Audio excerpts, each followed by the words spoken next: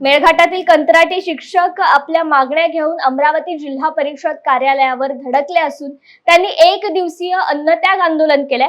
निवृत्त शिक्षकांना मेळघाटमधील शाळांवर नियुक्ती न देता कंत्राटी शिक्षकांना नियुक्ती देण्याची मागणी या शिक्षकांनी केली असून पेसा कायदा असताना मेळघाटातील कंत्राटी शिक्षकांना नियुक्ती न देणं या कायद्याचा अपमान असल्याचं आंदोलकांचं म्हणणं आहे।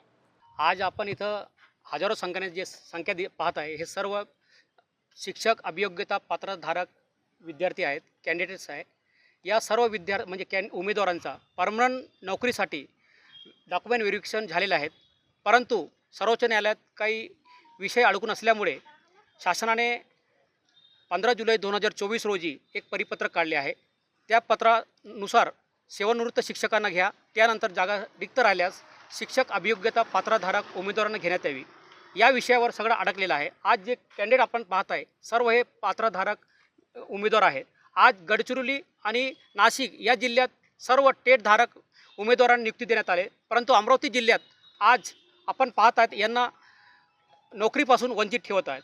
आज परमनंटसाठी हे कॅपेबल आहेत आणि फक्त तात्पुरतं नोकर भरतीसाठी यांना अपात्र करत आहे आणि TT व CTET हा पात्र नसल्यामुळे अन्य जिल्ह्यातून पेसा क्षेत्रात उमेदवार शिक्षक भरती करत आहे।